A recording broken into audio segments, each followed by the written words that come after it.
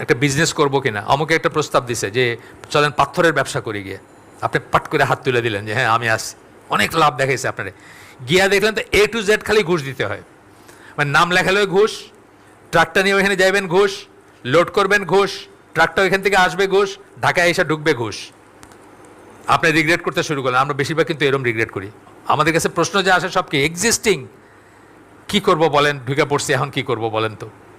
এখন কমিশন না দিলে তো করা যায় না, ঘুষ না দিলে তো করা যায় না, ডাক্তারদেরকে যদি স্যাম্পল না দেই তাইলে তো হয় না। আছে না কত রকম, ডাক্তারকে যদি টেস্ট না লেখাইতে পারি তাহলে তো আমার থাকবে না, আমার এখানে চাকরি থাকবে না। তো এইটা হলো ভাবিয়া করিও কাজ, করিয়া ভাবিও না। সাহাবীদের সাথে আমাদের বড় ডিফারেন্সের একটা, আমরা এখানে একটা হালাকা করছিলাম আমরা, সাহাবীদের what it means to be like the companions. সাহাবীদের মতো হওয়া বলতে আসলে কি বোঝায় সেটার উপর ছিল হালাকাটা। তার ভিতরে একটা পয়েন্ট ছিল যে সাহাবীরা যে কোনো